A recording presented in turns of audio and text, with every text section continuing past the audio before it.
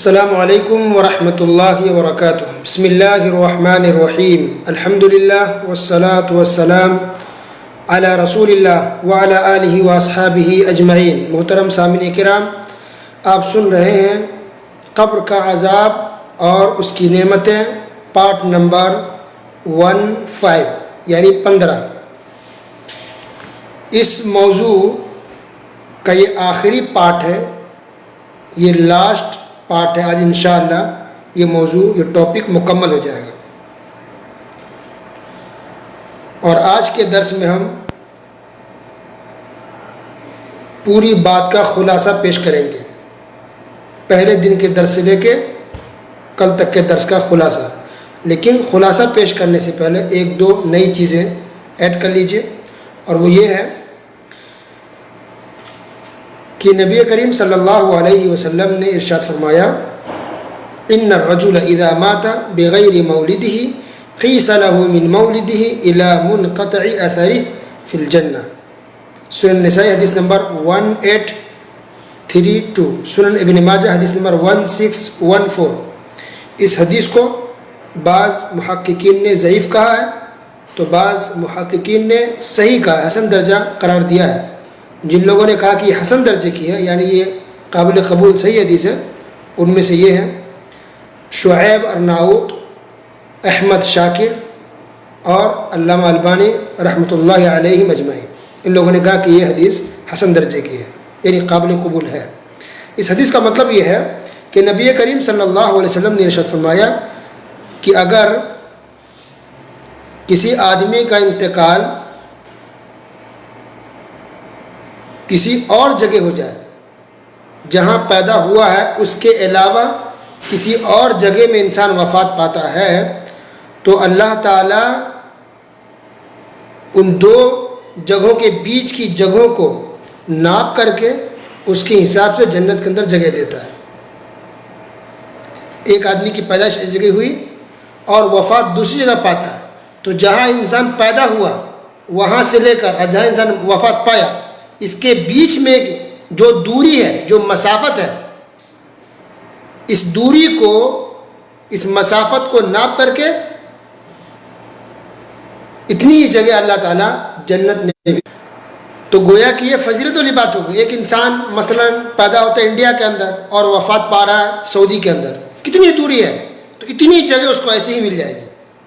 اس کے علاوہ اور اس کی نیکی کی وجہ سے، نیک اعمال کی وجہ سے جو جگہ ملے گی وہ الگ ہے، اور یہ الگ ہے، خاص انعام ہے، یہ اللہ کا فضل و کرم ہے کہ اللہ تعالیٰ کا یہ احسان ہے کہ اللہ تعالیٰ یہ چیز بھی عطا کرے گا۔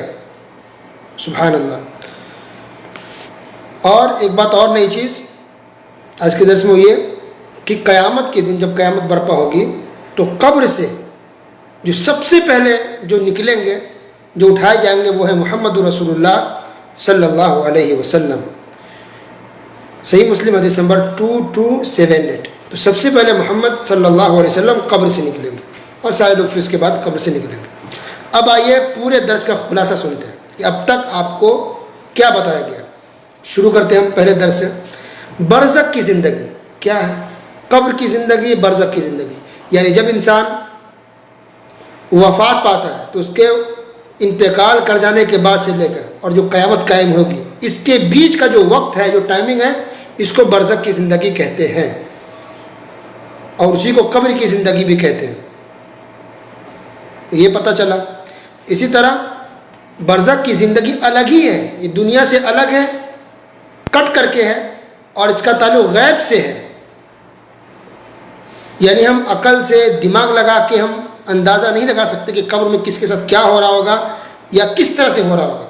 بس ہمیں اتنا ہی پتہ ہے جتنا قرآن اور حدیث کے اندر بتایا گیا ہے، بس وہ زندگی الگ ہے، دنیا سے کٹ کر کے ہے، وہ برزخ کی زندگی ہے۔ ہم قرآن حدیث کی روشنی میں ہم سمجھ سکتے ہیں، عقل کے ذریعے ہم اس کا اندازہ نہیں لگا سکتے۔ اس لیے جب قبر ہم کھودتے ہیں تو کبھی بھی انسان نہیں دکھتا کہ اس کے اندر عذاب ہے یا نعمت میں ہے، سکون میں، کبھی پتہ نہیں چلتا ہے، کیونکہ وہ زندگی الگ ہی ہے، وہ برزخ کی زندگی ہے، اللہ کا نظام اور سسٹم ہے۔ قبر سے متعلق قرآن اور حدیث دونوں میں بیان ہے۔ قرآن کے اندر بھی ذکر ہے قبر کے حالات کا، اور حدیث کے اندر بھی ذکر ہے۔ عذاب ہوگا اس کا بھی بیان ہے، اور جو نیکوکار ہوں گے، اچھے لوگ اس کو نعمتیں ملے گی قبر کے اندر، اس کا بھی ذکر قرآن کے اندر بھی ہے اور بہت ساری حدیثوں کے اندر بھی ہے۔ اسی طرح یہ بھی بتایا گیا آپ کو کہ عذاب قبر اور اس کی نعمتوں سے متعلق جو حدیثیں آئی ہیں، وارد ہیں، ان کو بیان کرنے والے تقریباً 49 صحابہ کرام ہیں، 49 صحابہ کرام نے حدیثیں بیان کی ہیں۔ پھر آپ نے یہ بھی سنا کہ قبر کے اندر ٹوٹل 5 سوالات کیے جاتے ہیں۔ آپ کا رب کون ہے؟ آپ کا دین کیا تھا؟ آپ کے نبی کون ہیں؟ 3 سوال ہو گئے، یہ مشہور ہے۔ 2 سوال اور بھی ہوتے ہیں کہ کیا تم نے اللہ کو دیکھا ہے؟ سوال نمبر 4۔ اور سوال نمبر 5 کہ تمہیں کیسے پتہ چلا کہ محمد صلی اللہ علیہ وسلم اللہ کے بندے اور اس کے رسول ہیں؟ یہ 5 سوالات ہوتے ہیں۔ اسی طرح آپ نے یہ بھی جانا کہ تمام غیر مسلموں کو قبر کے اندر بہت ہی سخت اور خطرناک قسم کا عذاب دیا جاتا ہے، چاہے وہ یہودی ہو، کرسچن ہو، ہندو ہو، سکھ ہو، کوئی بھی جو نان مسلم ہے، اگر وہ مر جاتا ہے کفر کی حالت میں تو قبر کے اندر بہت سخت دردناک عذاب ہے۔ باقی جہنم میں تو ہوگا ہی، لیکن اس کے عذاب کی شروع قبر سے ہی ہو جاتی ہے۔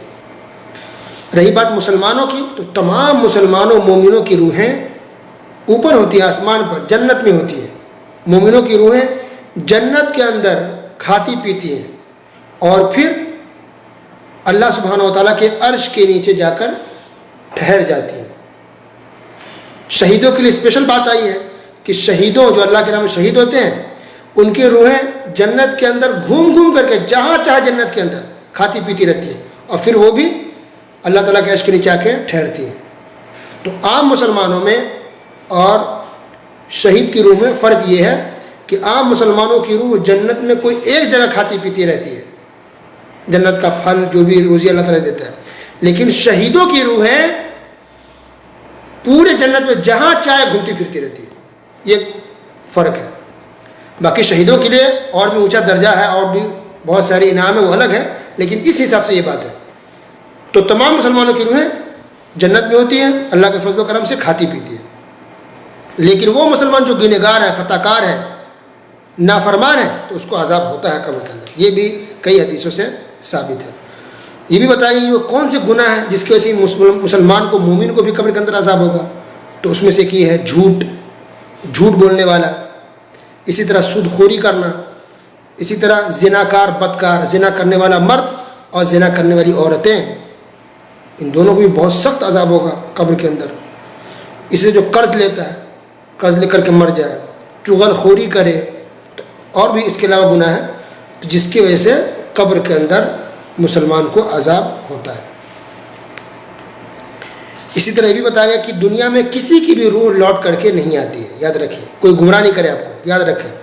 شہدائے احد، صحابہ کرام جو شہید ہو گئے تھے احد کے اندر، تو ان لوگوں نے یہ ڈیمانڈ کی تھی کہ اللہ مجھے دنیا بھیج دے، میں چاہتا ہوں دوبارہ شہید ہو جاؤں تیری راہ میں۔ اللہ نے کہا کہ نہیں، یہ میرا فیصلہ ہے، تقدیر میں بات لکھی جا چکی ہے، فیصلہ میں پہلے سے کر چکا ہوں کہ کوئی دنیا میں واپس لوٹ کر نہیں جائے گا۔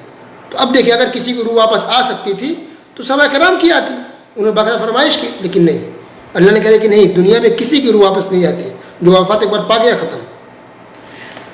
تو گویا کہ یہ آتما بھٹکتی ہے، اس کی روح بھٹک رہی ہے، شب بارات میں اس کی روح آ رہی ہے، سب غلط ہے، جس کے خلاف ہے، یہ سوچ ہے بس۔ اسی طرح آپ نے یہ بھی سنا کہ کوئی بھی وفات پا جائے، چاہے نیکی کیوں نہ ہو، تو لوگوں کو چاہیے کہ ان کے لیے دعا کریں۔ اللہ کے رسول صلی اللہ علیہ وسلم نے صحابہ کرام کو کہا تھا کہ تم لوگ ان کے لیے دعا کرو، ثابت قدمی کی اور مغفرت کی کہ اللہ معاف فرما دے، اس لیے کہ ان سے بھی سوال کیا جائے گا۔ تو جب صحابہ کرام کو بھی کہا گیا اور جو وفات پا گئے وہ بھی صحابہ کرام تھے کہ ان کے لیے دعا کرو اللہ تعالیٰ سے کہ ان کے گناہ کو اللہ معاف کر دے، ان کو ثابت قدم رکھے، تو اس سے پتہ چلا کہ ہم لوگوں کو تمام لوگوں کے لیے دعا کرنی چاہیے۔ لیکن کچھ مسلمان کیا کرتے ہیں کہ مردے سے ہی مانگنا شروع کر دیتے، یا پھر وفات پانے والے کا واسطہ لگا کے اللہ سے دعا کرتے ہیں۔ یہ دونوں طریقہ غلط ہے۔ ہم ان سے دعا نہیں کریں گے بلکہ ہم ان کے لیے دعا کریں گے، ٹھیک ہے۔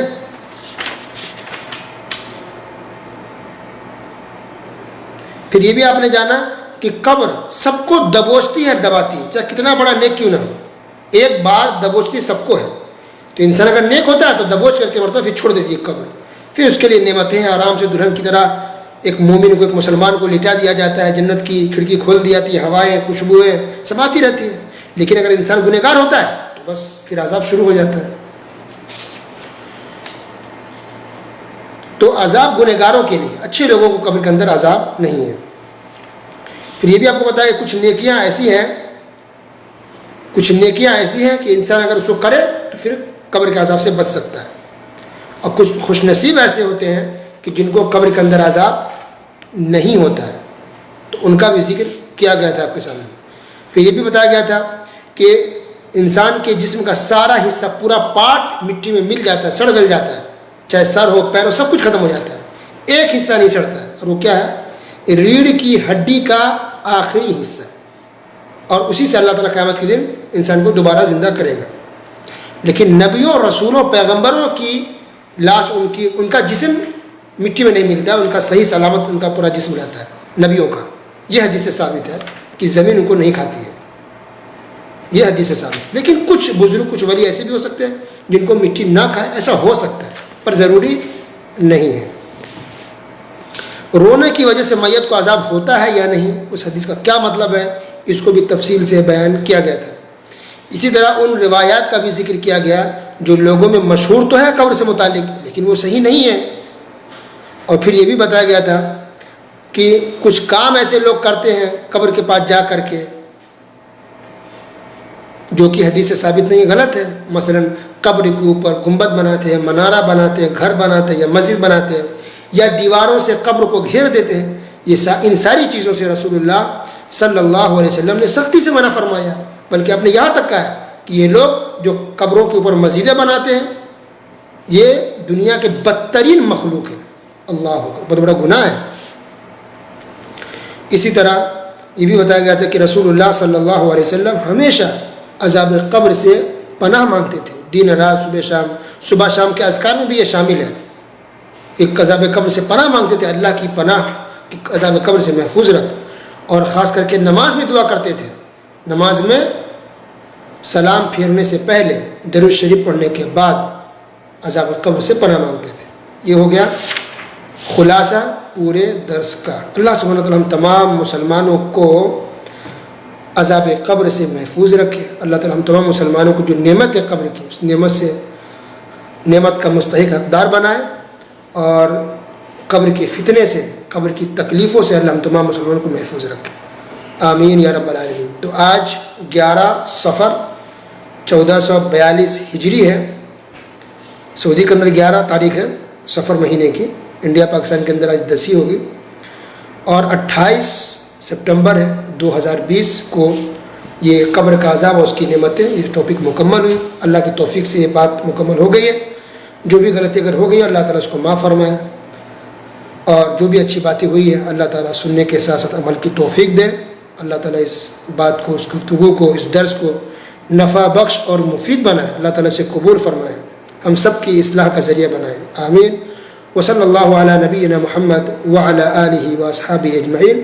سبحانک اللہم بحمدک، اشہد ان لا الہ الا انت، استغفرک واتوب الیک. والسلام علیکم ورحمۃ اللہ وبرکاتہ.